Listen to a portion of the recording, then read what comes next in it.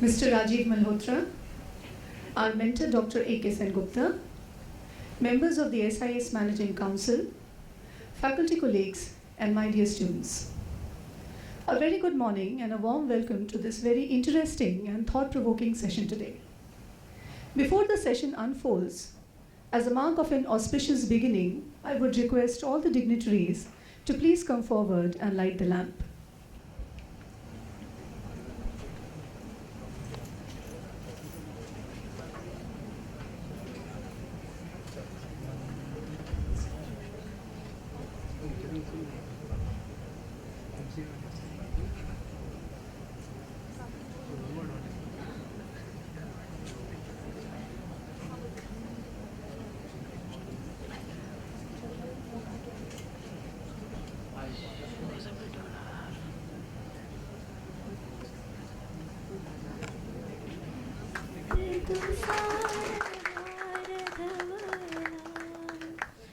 या शुभ्रवस्त्रवृता या वीणावरदण्डमण्डितकरा या श्वेतपद्मासना या ब्रह्माच्युतशङ्कर प्रभृतिभिः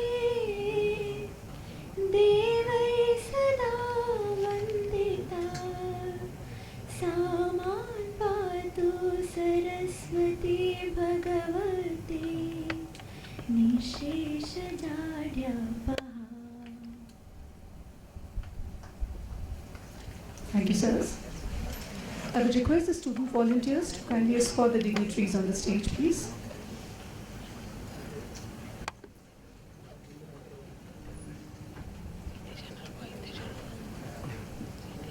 It is indeed my privilege to introduce our speaker of the day, Mr. Rajiv Malhotra, to the audience today. Mr. Malhotra is a public intellectual on current affairs, world religions, and cross-cultural encounters between East and West.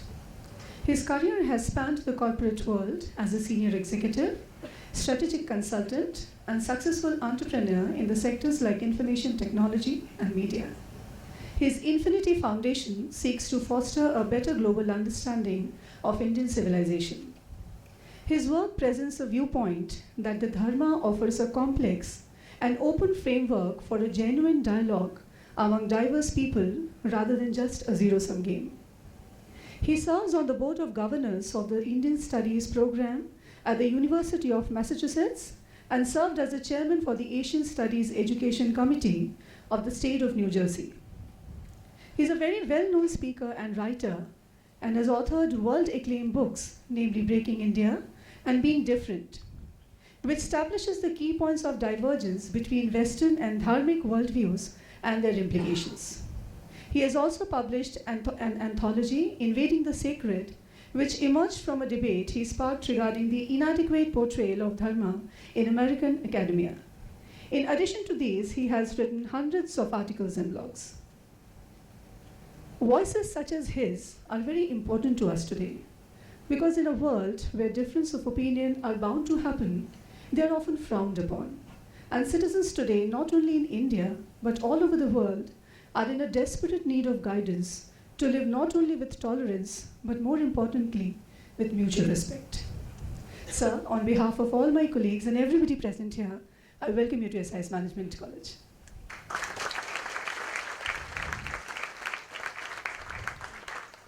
I would request our mentor Dr. A.K. Sengupta to kindly felicitate Mr. Rajiv Malhotra.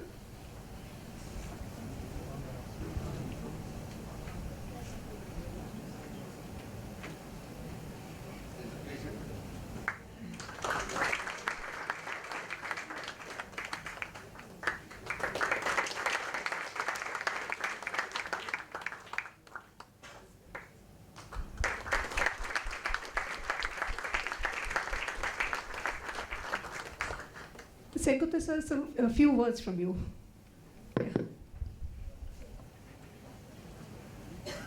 Mr. Rajiv Malhotra, Mr. Ganesh, members of the Managing Council, Dr. Alka Mahajan, my faculty colleagues and the student friends.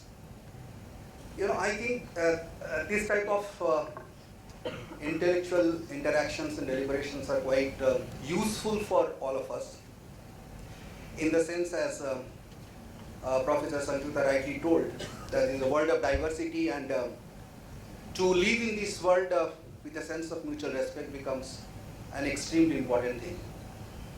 And if one looks at the development of science and technology, which is going to be the subject per se, the thesis of the science and technology has given rise to so much of antithesis that sometimes the synthesis has been the resultant destructions of the many of the countries of the world, if one looks at the First World War and the Second World War.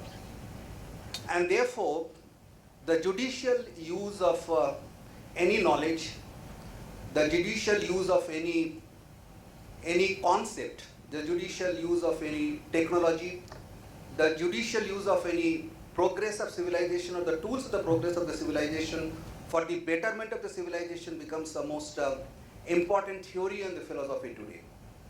And in a world which is today become increasingly impatient towards each other's views, the thoughts, the ideas, the world where the radicalism is becoming very of extreme nature, whether one talks about the left extremism or whether one talks about the right extremism, whether we talk about the religious extremism, whether we talk about linguistic extremism, whether we look into in our part of the SAARC countries of the world also, when we look about the different types of the wars which have taken place in the last couple of years, I mean, a lot of genocides and lot of things what we see all over the world.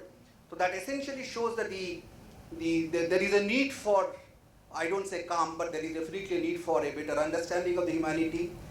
There is a need for appreciating the views of each other. There is a need for a tolerance, and there is a need for a use of a judicious use of science and technology. Now, Mr. Rajiv Malhotra is essentially a thought-provoking leader and a teacher. This is just a prelude I wanted to build in. I do not know exactly what he's going to talk on, but I personally feel that his talk is going to be an extremely enriching for all of us. And particularly my young friends, I would request you to ask as many questions as possible, because in such a type of a, we get such a little opportunity during your 2 years of program, very little opportunity where you get an access to such an intellectual person, so that where you can learn much more beyond the contours of management, because that we're learning every day. But beyond the contours of the management, probably you get very little amount of opportunity. So you will have the best use of the opportunity. On behalf of the South Indian Education Society, on behalf of the South Indian Education Society College of Management Studies, and all other sister institutes, I extend a very hearty welcome to Mr. Rajiv Malhotra with us, and wish that these discussions are going to be extremely fruitful for all of us. Thank you, sir, very much, sir, and stay tuned.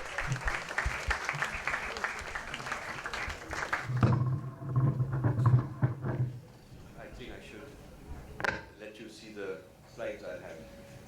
It's indeed a pleasure to be here. Just to sort of set the stage, why the topic is important. You know, I spent most of my career in management.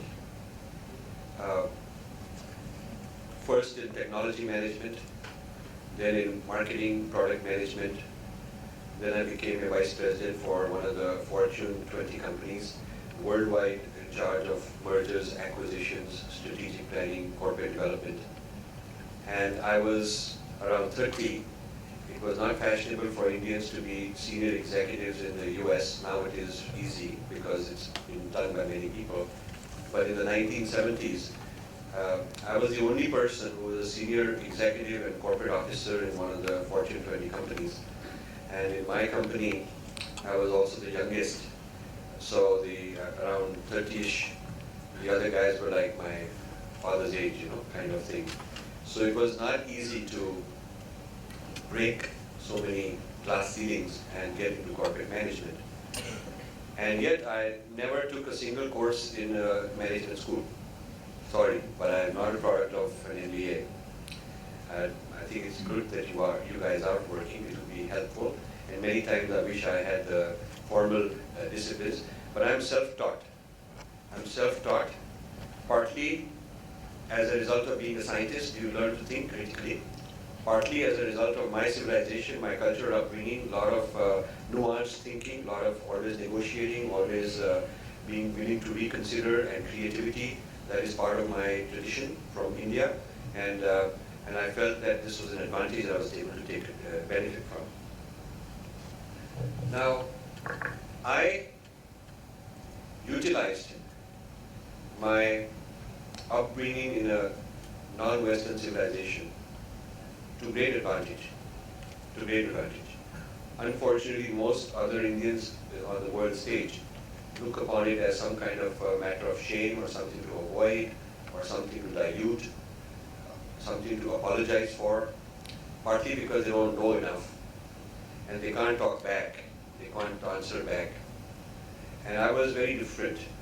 I remember as a management consultant, after I left the corporate world, I had very big clients who are, AT&T, British Telecom, French government, these kind of giant companies, and helping them get globalized because they were all into local markets in their countries. At the time, Margaret Thatcher had just privatized British Telecom, so it was for the first time able to go internationally. So they hired me as their US consultant to help them get into the American different kind of markets, and similarly with the French and so on. And I remember having no experience in humanities, never studied history, never studied management, I already told you, or how international things work.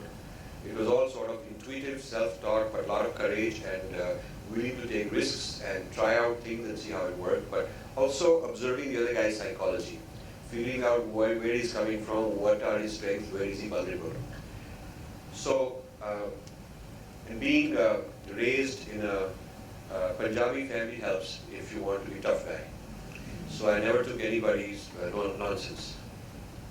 And this is even when I didn't have a green card. I couldn't be concerned about what somebody might think. It was very audacious.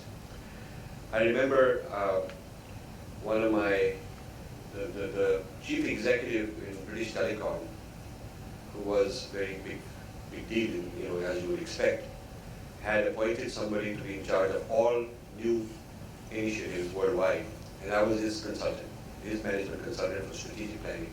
So they would think very highly of me, and I would come and give talks, and all their guys would come and listen. And then they appointed some junior people to help me go around with me through the company. And I remember there's one man who became very good friends with me.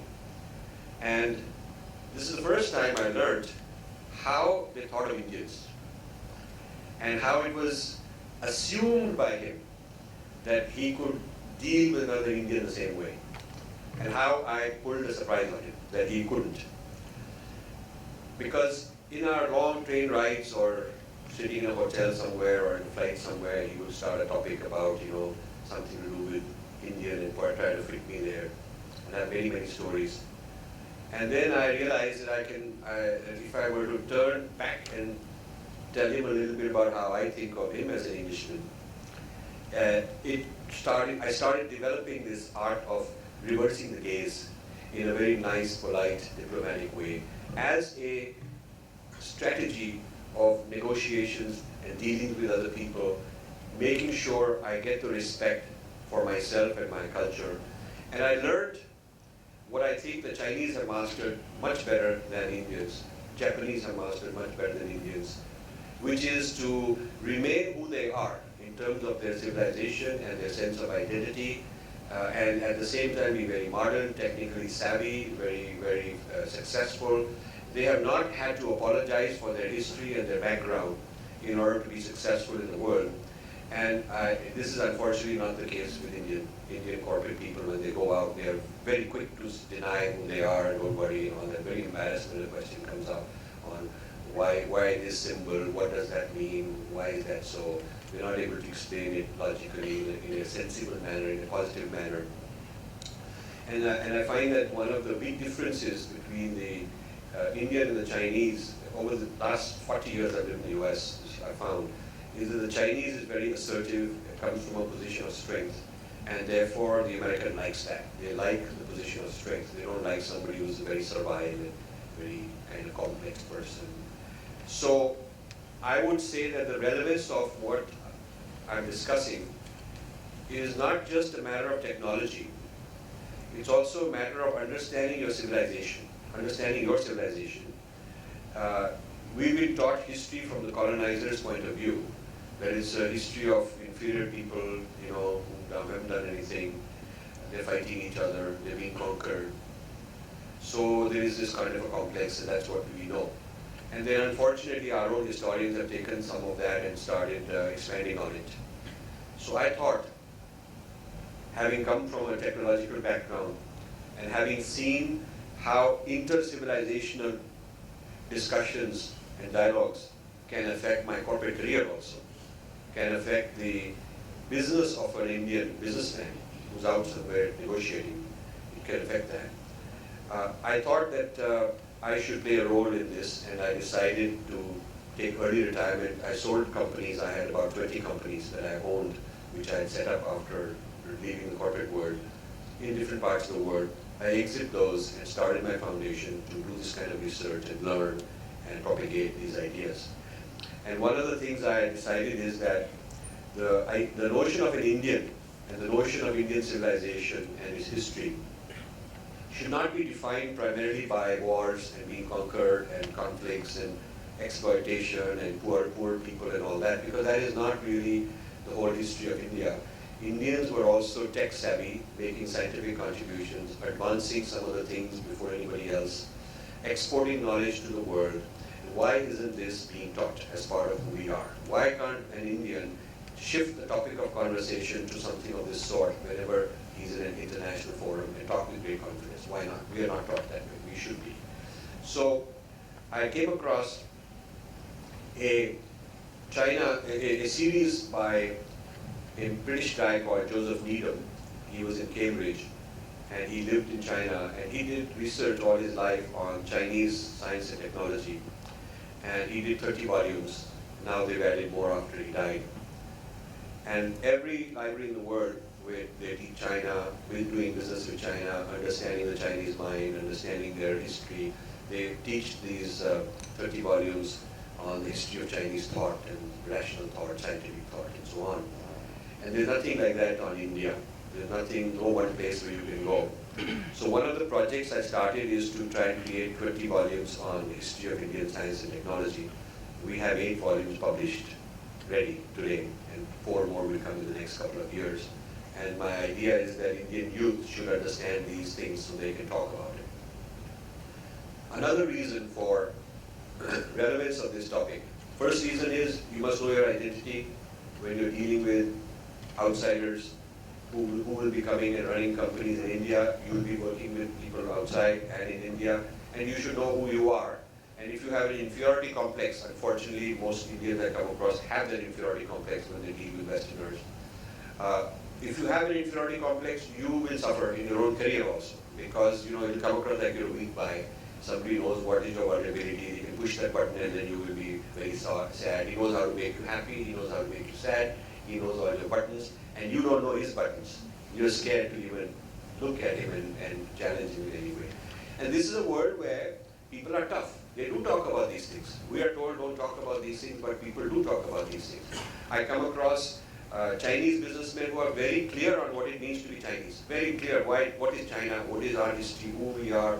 They talk business deal in a very neutral way, but when the topic in the evening over dinner or drinks or in any conversation is a little bit more about China per se, they are very well groomed. I see that French guy is very clear on what it means to be French. And you better not confuse a French that he's same as an Englishman or a German. You can't do that because he'll be offended. You cannot confuse a Russian with somebody else. He's very clear what is Russia all about, what is their specialty. He knows it. Englishman is very clear about what it means to be British. But Indian is not so clear in a positive sense. He may be very clear with some negative issues, but why is something wrong with it? So this is part of the decolonization of our mind. And the corporate sector, the financial money-making people are coming back. And this talk would have easily been on my theory of India in the global era, business-wise. If you have questions, I can answer those. and where I think India will fall short, where I think India is not doing a good job, and why the success is not going to be sustainable, and where I think it will be able to sustain its success. I think the bigger theme is that, from your point of view, but I won't have time to get into that because that's not the topic. Otherwise, I would have talked about that and then showed you how knowledge and appreciation of our traditions plays a role. But suffice it to say that your success is not based on just some very generic knowledge of management and accounting and finance and marketing and this and that. You will have to understand a lot more about what is distinct about India, its production, its marketing, its history, its culture. You will also have to understand a lot about our knowledge systems, which are distinct, what is special about them. So with that, I'd like to quickly go through these slides, because I think I don't have time to go through all of them. Can I have the next one, please? Correct, yeah. So the project we did is not about past glories and all that, but why Indian traditions are economically viable and economically important for today. And we want to create a new academic discipline based on evidence, and we give you some solid examples of Indian contributions to science and technology. Next one, please. So, this is a quote from Huntington's Clash of Civilizations. In 1750, China accounted for almost 1/3, India for almost 1/4, and the West for less than 1/5 of the world manufacturing output. By 1830, the West had pulled slightly ahead of China. In the following decades, the industrialization of the West led to the deindustrialization of the rest of the world. So there was a period of about 80-90 years during which India went from 25% of GDP share of the world to actually less than 2%. So when you think of India, it's always been poor, it's not so. Until 1730, it was not so. 1750, it was not so. And you look at what were the industries, textiles, steel, metallurgy, shipbuilding, agriculture, medicines, huge industries. What happened to them? Where did they go? Why can't we revive them? Where are the business opportunities? There are business opportunities for that. So, next please. So I've come up with 3 kinds of knowledge systems that I want to study. One is theoretical sciences, then life sciences, medicine, botany and so on, and then materials and technologies. Next please. So in the technology sector, the areas where there is huge amount of Indian knowledge, pioneering work is civil engineering, architecture, water management, metallurgy, mechanical and production technology, shipbuilding and navigation. You do not think of these when you think of Indian history. Normally you're not thinking that these are pioneering things. But it might surprise you, a lot of the ships bought even by the East India Company were made in India. The Indian shipbuilding was very big. It was removed, deindustrialized and moved to Europe. A lot of the steel used for some of the bridges in London, Tower Bridge, the East India Company did a survey of where to get the best, cheapest steel from. And they concluded that the best, cheapest steel they could buy is from India. They bought Indian steel, made and transferred it there. So this sort of knowledge you should have, because you are going to be running some industry. And you should not feel that you are dependent on somebody else to give you stuff. You are always a consumer of technology. You are not able to create your own R&D. You are not able to export your own R&D. Some kind of inferiority complex would be very bad if you are carrying that complex with you, because that complex is not really how it should be. Okay? So theoretical sciences, like I've listed there, math, astronomy, physics, chemistry, there's a lot to do there. Life sciences, medicine, forestry, agriculture, and so on. Next, please. So I'll give you a few quick examples, then I'd like to make some general comments. Next, please. So in the civil engineering, if you look at Harappan, Indus Valley towns, you look at the way the water supply is designed, traffic flow, natural air conditioning, not through electrical use, but natural flow of air, complex stonework, construction engineering. This is some of the most advanced in terms of scientific thinking. It's not a mystical, otherworldly, mithya, maya, this kind of philosophical people. They are very practical people living who are making those things. So unlike most ancient civilizations at the time, they had very tiny tent cities and maybe one big pyramid or one big palace. This was a lot of middle class, 2-bedroom, 3-bedroom homes, thousands of them. So that it was not a top-down with one rich guy and a lot of poor people. It was sort of a middle-class society. So it was spread across a very large region, about half the size of Europe. And yet students learned more about ancient Greece, China, and Middle East than they learned about ancient India. There are 1,500 known sites of this civilization, of which majority are in India, the rest are in Pakistan and Afghanistan. Next, please. I won't go through this, but if you have a background in civil engineering, you can appreciate some of these drawings, which are archaeologists we hired to go and reconstruct how some of the buildings were made. Next, please.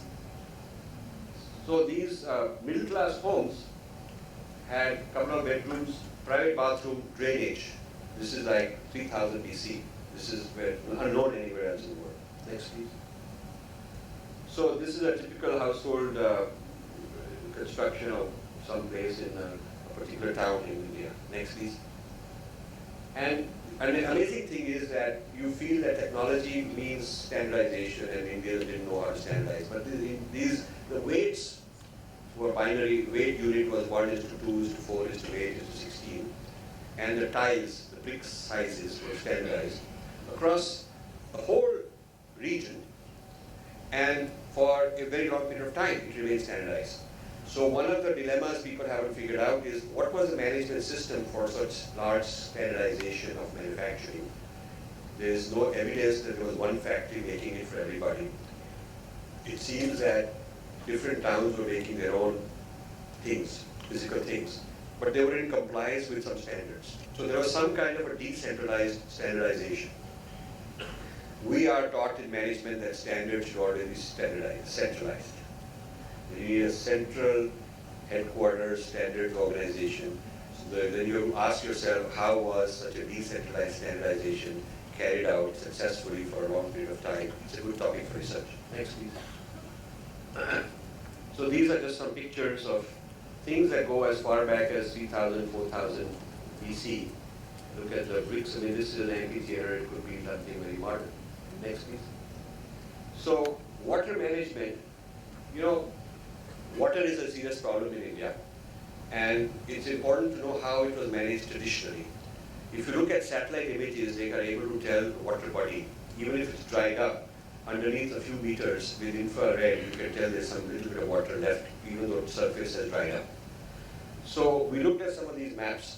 Satellite imagery shows that there are 1.3 million water bodies in the geography of India. That's a lot of water bodies. And vast majority of them man-made. So people made talabs, wells, little canals from a very long time. And the idea of water harvesting is not a new idea. It's been there in our tradition for a long time. So the part of the architecture, part of culture, part was that you are eco-savvy. And so from the rain one year, you collect enough water that it lasts you till the next year's rain, for drinking, for animals, for agriculture, and so on. When the British came, this system of managing the groves, the trees of a village and the water system of a village was neglected, because it was done locally. It was not some guy sitting in Delhi managing these things. Every village, every area managed its own water resources. It was part of the tradition passed on that we must do this. But during the British system, the power shifted to the zamindar, who was top-down appointed, whose loyalty was not to the village, but to the sarkar, because he had to collect taxes from the people and pay to the sarkar and keep his share.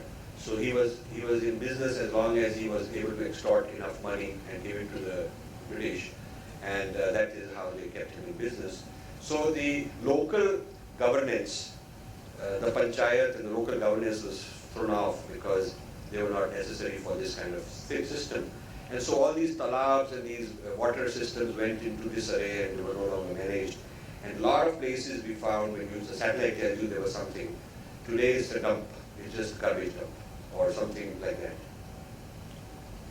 So there are several examples of huge projects in the BCE era where there were very massive lakes dug by a king, or a big long canal and so on for irrigation purposes. I think the modern India has invested very little compared to ancient India for water management. We are more into building a highway for cars and probably building a highway of network of irrigation purposes and water management might have more use for India. And this is something, future leaders have to think about. Next, please. This is an example of a well, very old well, bricks all the way down to the bottom. So very sophisticated construction to go down and put all those bricks gone that far down. Different kind of bricks, the ones that are right near are waterproof, the further away are not so waterproof. Next, please. And this is another view of the same well that I showed you. Pretty old stuff compared to today's crude technology. Next, please. This is a water system where there is steps. You can come down different levels. You can come down, and this is a big kind of a container for water for part of a town. Some of the towns we found that 30% of the square meters of all the land in the town, 30% of all the built up area is underground water tanks. That's a huge, so imagine if you go to some place in Mumbai, some colony, and imagine that 30% of it underneath the surface is a basement, with 10, 20 feet high tank, underground tank of containing water during the rain. Imagine how much water they can contain that they can use later on. So the city is planned with this in mind. Next, please. Iron is another, iron, zinc, copper, metallurgy in general is a very old Indian technology. In fact, rust-free steel, steel that doesn't rust, was pioneered in India, and Greek records, Roman records talk about buying this steel. They called it wood steel. It was only available from India, and this steel was used to make swords and shields because it was very tough compared to other steel. So it was worth its weight in gold, and the good fighter needed it for protecting his life. So they would buy this particular steel, and no one else would supply it. Only in recent years, Western modern technology and metallurgists are able to reverse engineer and figure out how they made it. But until recent times, people did not quite know how they made this kind of steel. And one of our authors is Professor Balasubramaniam, who unfortunately passed away. He was at IIT Kanpur, and he was an expert on this particular kind of steel.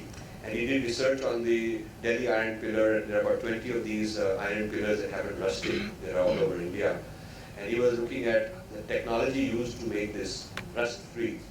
And so Ford Motor Company hired him to figure out how to make such rust-free steel because it might be useful for engines of cars. And the US Atomic Energy Commission wanted to have rust-free steel as containers where they could put radioactive waste and hide it under the ground so it would not fall out. Because if you have a steel container and it rusts after 200 years, 300 years, 500 years, if there is some radioactive waste, it will fall out. So you need something which is rust-proof for thousands of years. So this is the only example of rust-proof that has existed in the world. Next, please. So Indian wood steel became famous, and the best European scientists took a very long time to figure out how this thing works. Next, please. And then there is other technologies. I'll just go fast. Next, please. And next, India made one of the earliest gold coins and with different kinds of coins. Next, please. Next. Next. Next. I'll just go through this quick. Mathematics. Mathematics, I won't go through the next few slides because it's, if you're interested in mathematics, it's very important to know the introduction of decimals, the introduction of infinitesimals, the introduction of infinite series. All this is necessary to have calculus. Otherwise, you cannot have calculus without the concept of infinitesimal and the concept of infinite series. So a huge amount of that came out of Indian thought, and it's quite well documented. So please skip the next 3 or 4 slides. Yeah, yes, next, next, next, next, next, next.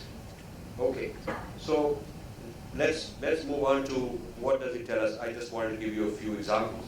Please go next. Yeah. So what this means is the study of Indian science and technology past tells you that this has been the substratum of our civilization's rationality and secular progress. It's not just a group of people interested in religion. It's also what is nowadays called secular. But I don't like that term, but what I'm trying to say is that practical, material benefit to society has been a part of Indian thought also. It was based on basis for pre-colonial thriving Indian Ocean trade. Indian Ocean trade was a global system from Africa, Middle East, India, Southeast Asia, all the way to China. This is the sea route, and then the Silk Route was the land route. And these were global systems. People are saying globalization happens now. Actually, before colonialism created created barriers to trade.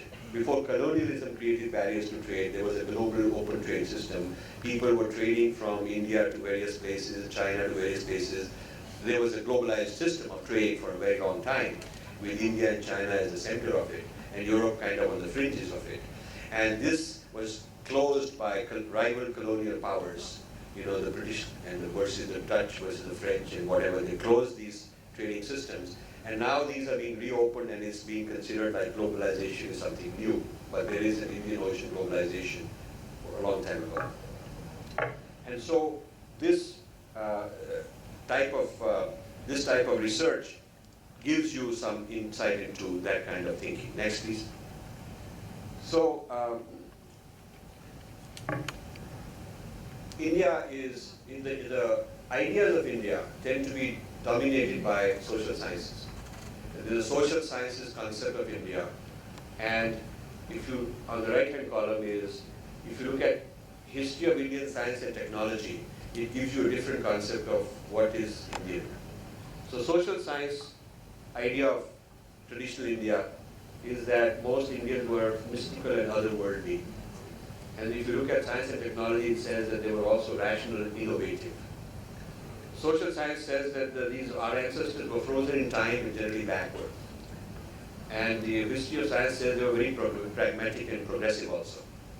Social science says that India is a land of caste, cows, sati, human rights, this kind of a thing. Nightmare, conflict-ridden. That is part of reality also, I'm not denying it. But the history of science and technology says that there was also a network of pluralistic and independent communities. Or a lot of these technology workers, metallurgy workers, cotton and textile workers were very skilled and prosperous communities specialized in something and networked and trading with each other. Okay? And there was free market kind of approach towards each other. Then there is this knowledge came from invaders. This is a very common thing we are taught that, you know, the Aryans brought Sanskrit, then the Greek brought philosophy and mathematics. And then the Mughals brought chicken tikka and sitar. And then the British brought cricket and railways. And now the Americans will give us iPad and human rights and freedom and all that. This is kind of who we are. We make a list. It's all who brought it, who brought it. And when I talk to Indians, geopolitically and in terms of globalization, often there is a dependent mentality. People say, "Acha, America ठीक नहीं है तो फिर हम Russia के साथ मिल जाए." अच्छा तो रशिया की मिल चाइना से मिल जाती है. So नहीं पाकिस्तान से मिलना चाहिए. So it's like we must be an orphans, and the question is who is best to adopt us? Where do we go for adoption, sir? You know, अच्छे नहीं है तो maybe those are better for us.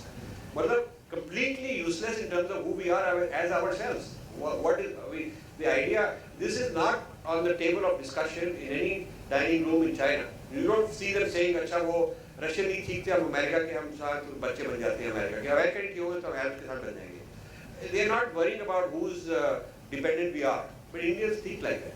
This is a very common mentality. Like our place in the world has to be somebody's satellite. British made us a nation. Now this is, I'm writing a whole book on this. The idea of Indian unity long before. The idea of the imagination of the land, the geography, the mountains, the rivers, and the popular stories, in the culture and in the philosophy and how things have traveled, how stories have traveled, how trade has bound India together. This idea of unity of India before the British is a topic which needs a lot of research. I got interested because when I started my foundation, in the mid-90s, I got a grant proposal from a major university in Pennsylvania that India was going to celebrate its 50th independence anniversary from the British, in 1997 was the 50th anniversary. So somebody sent me a grant proposal saying we want to do a DVD on education about India. I was very happy. I thought this is a good idea. The same group had already done one on China. They showed me a very, very impressive DVD. And the one on India, they wanted some funding. So I started looking at their proposal, and it was India at 50. That was the theme. So I wrote back and saying, why don't you call it India at 5,000? Why India at 50? So their answer was, because India is 50. So I said, yeah, but India is also 5,000, depending on what you are talking about. Maybe the modern state and constitution as it exists is 50, but there is a civilization and a culture and a lot of history. I wanted them to do these kind of things also. Then when you write about India at 5,000, you're going to write about these things also. So they had all these arguments with me, and they had basically Indian social scientists only arguing with me.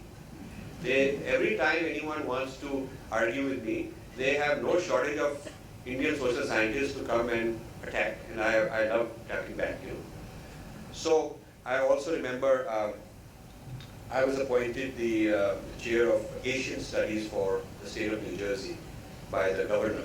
We convinced them that Asia was going to become very important. This is about 10 years ago. And so the young people in our state should learn about Asia. Right now they only learn about Europe. They know nothing about Asia, but they will be dealing with Asia more. So the governor appointed this commission to do Asian studies in the schools, and I was made the chair of that. And so we were having these meetings, and the members were from some guys from China, Japan, Korea, various places, India. I was there in India, and one or two others from India.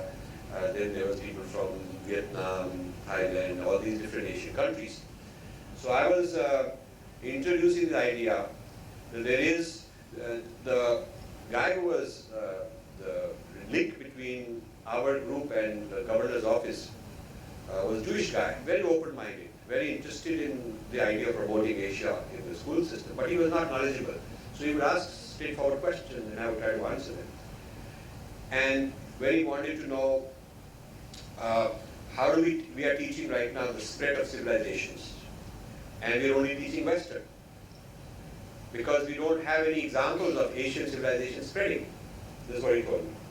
So, and I've attended a lot of school educators, and they all said, there's nobody like Columbus, or nobody like Alexander going somewhere and conquering, and nobody like the British Empire is going somewhere and creating, spreading civilization.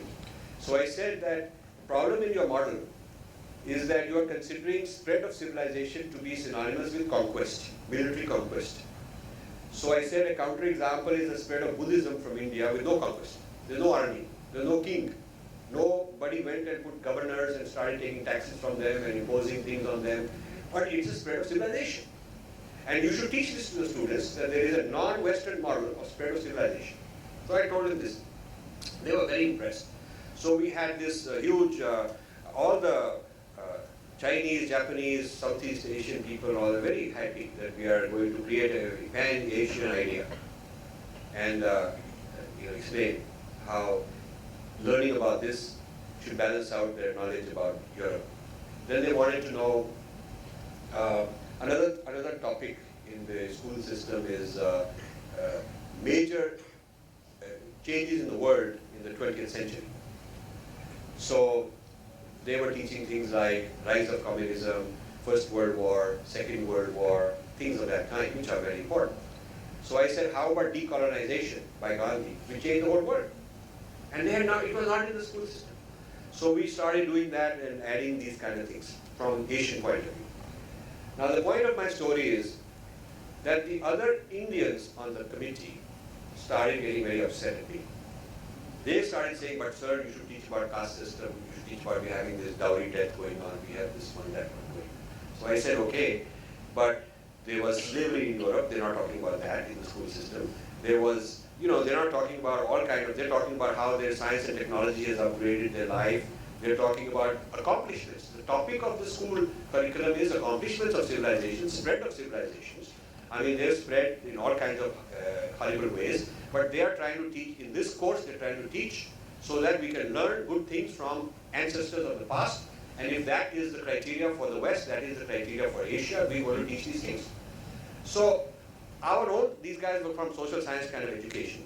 They were very upset at me because I'm some kind of chauvinist in their eyes.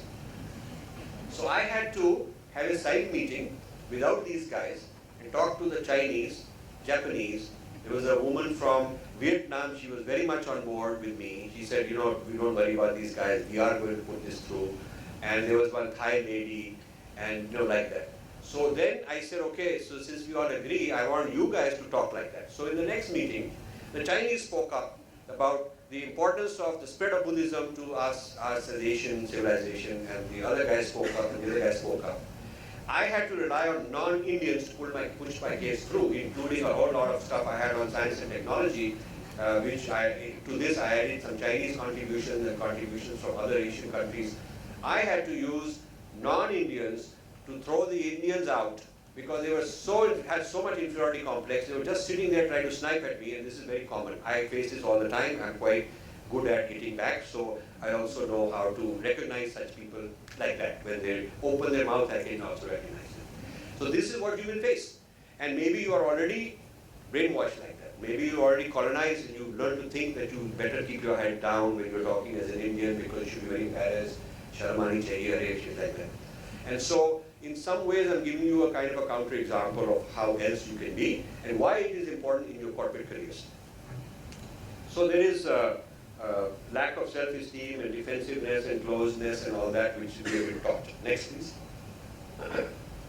Now, this is important because when you're creating a brand India, you are interested in brand management, brand of your corporate life. There is not only a brand of a product and a company, but also a whole culture that it comes from. When the founder of Sony was interviewed, I remember in the 90s, in the 1980s and 90s, he was interviewed as, sort of like the flagship of quality product in the world. Sony was sort of a very high brand. So he was asked frequently, what is the secret? He linked it to his civilization. He said that our workers in the factories, most of them women, bring with them Japanese culture which they learned in their house. They learn flower arrangement as Japanese art of flower arrangement, which teaches them aesthetics, beauty, care. And in our culture, there's love for, respect for the client, for the guest. So we take all these beautiful Japanese traditions into our manufacturing and tell them that you are making a product for somebody, he's going to be your guest. You have to present it in a way which is perfect. Perfection you have to. He says, so we are able to be so good at what we do because we have the Japanese-ness in us. This is what he said. Now, 20 years later, I'm at some event somewhere, and Narayan Murthy of Infosys is asked, why is Indian so good at software? He could have said something similar in the Japanese answer. He could have said, we have Aryabhatta, we have ancient mathematics, we have philosophy, we have yoga that teaches us how to pay attention span of the mind. Our culture teaches paying attention, and our kids can concentrate. We have long concentration spans. We have the ability to think abstractly. It's part of our philosophy and our way of life. He could have said something like that. But what he said is, well, you see, we're very grateful to the British who came and taught us science and mathematics. This is what he answered. This is what he answered. Okay? So there is this complex. We have this problem. So China is one part of Chinese business strategy is to export this notion of a Chinese civilization is greatness. China is the second largest destination of higher education for people. Largest number of foreign students go to USA, but no longer England, Australia, France, Russia, they were afterwards. China was not in the top 10. Now China is number 2, and they want to be number 1. So what they're doing is they're bringing the future leaders from Africa, South America, ASEAN countries, because those are the countries which have raw material. They are colonizing those countries. They're buying up all the natural material there, setting up factories to use the oil and gas and minerals and iron ore and whatever is found in those countries. Chinese industry needs it. So to make those countries friendly to the Chinese. They're investing in the future high potential leaders, bringing them to China, giving them an education, sending them back. Like the British educating Indians their way. Like the Americans now educating foreign students to send them back so they have their friends sitting in various places. So this sort of Chinese use of education as a tool for spreading its influence in the world is a very interesting thing. And when you go there, you learn all the Joseph Needham books about Chinese science and technology. You learn about greatness of Chinese political thought and Chinese literature. You learn all of that. And so when you come back, you have a very nice positive attitude about China as part of your curriculum. So we have all these, you know, when you think of Japanese, you think quality. You talk that the Japanese have a quality. When you think of French, you think there's beauty, aesthetics, so there's very nice for tourism and perfumes and cosmetics and all that stuff. When you think of Italians, then they're design oriented. They're very much designers. You know. This is how they've branded the nation. There is a national branding which has corporate value. So it is not like, you know, some esoteric thing I'm telling you about. You have to create what is the national branding of India. What can I sell? I can sell Ayurveda. I can sell things like that. I can sell holistic healing. So there are certain things which are already branding. Thanks to Westerners who branded it for us. Westerners who created this yoga is great, so we can create yoga tourism and make some money out of it. That's fine. We didn't have the sense to do it ourselves. Somebody else did it for ourselves, but at least we are smart enough to take advantage of it. But there are many other things like that. There's many other things that you must understand as marketing people who understand brand management. You must understand what is the distinct Indian-ness brand. So if we have all these, you know, Chinese means efficiency. Chinese are marketing themselves as infrastructure, efficiency. They can get it out on time. They can build complex projects, you know, very nicely. And British is this business of justice and rationality and, you know, all of those things. Germanness, precision, engineering. They have got this. There's a feeling that people have that German engineering is precise. This feeling. It doesn't mean the average German is better than the average somebody else. It's just that there is a certain perception. So branding is perception. So what is the Indian perception of Indianness? You have to think about it. Next, please. So we have to encourage creativity, which history of science inspires confidence and optimism, replaces the colonial notions of intellectual dependency. It refutes the idea that Indians are irrational and mystical only, and facilitates return to being a net knowledge exporter. There was a time when we had Nalanda and we had all these Vihars, and they were the Harvards of the past. All the people from various countries used to come and study there. The Queen of Cambodia endowed a whole college to be built in Nalanda so that the brightest students would come and live there. And the Chinese emperors used to send their people, the Japanese used to send their people. So now it's in ruins. Now when I tell my friends from Bihar, who have this complex that there is a useless poor state, I tell them that Bihar comes from the word Bihar. Bihar is institution of learning. The name Bihar is from the fact that this was a place where there was all these like the Ivy Leagues. They were the Ivy Leagues of Asia at that time. They was in Bihar, modern day Bihar, UP, Orissa. They were not some backward places. They were places of higher learning. But we've forgotten all that. We don't market it as, hey, this is where knowledge came from and we should become knowledge exporters again. So, next please. So we are also in this series showing socio-economic advantages of Indian knowledge system. They're more eco-friendly, they're more socially friendly, they're more labor-intensive, they are more environmentally friendly. And I don't have time to go to this, but a lot of our traditional technologies are actually better. And if you can harness that, you can create export models. Because the world is looking for these kind of things. And often we neglect this and somebody else comes and patents it. And then we go and fight to try and bring it back.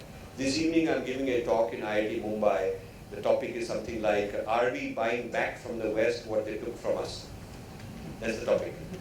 Yeah? I give you a lot of examples of where we neglected our science and technology. So it actually dovetails with this topic.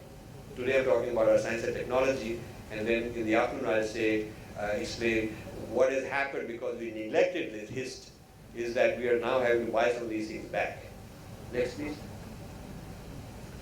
So, we are teaching science, mostly Western models, and Indian history is taught more like about what is the life of a king and who invaded whom and who conflicted, who conquered whom. It's almost like as if Indians were doing nothing other than just having wars.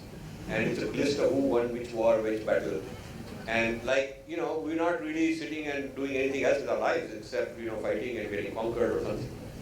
So, the history of science and technology inspires historians to think differently. But unfortunately, being trained in social sciences, they're trained in conflict, exposing conflict and all that, and not in positive things about the history of a people. So, next please. So I won't go into the details of what my foundation is doing, but the rest of the slides are what our projects are and how they're run and whatnot, which is not going to be relevant. So let me, before I turn over to asking for questions, let me just sort of give you some overview remarks here. I feel that the science and technology, not in the narrow sense of what you learn in IIT and so on, or physics honors, but knowledge system in a more broad sense. It may be a potter making something, it may be a chef with a certain sense of aesthetics and cuisine and what he's doing, it may be a certain musician. The traditional knowledge systems, broader than just the narrow view of what is science and technology, is very important part of branding, is very important part of your identity of who you are. It's a very important part of negotiating with the rest of the world as a corporate person someday, whether it's negotiating in India itself or somewhere else. It's very important so that you're not a shamed person when you're sitting at a table and you're negotiating against a Chinese guy or somebody and he's full of how great you are, you don't know anything about yourself. That is the sad thing, and therefore this needs to be part of management training also. You need to have, I wrote a paper which is published somewhere here in some management school 10 years ago on Brand India. And this Brand India, right now it's a popular topic, people talk about it, but they're talking about pop culture, they're talking about, Shah Rukh Khan, cricket and all that stuff, which is fine. But that is just a very superficial Brand India. There is a deep India, much deeper roots to Indian knowledge systems, which are very unique and distinct, and we should not let others take them and then we have to buy them back. Yeah. Thank you.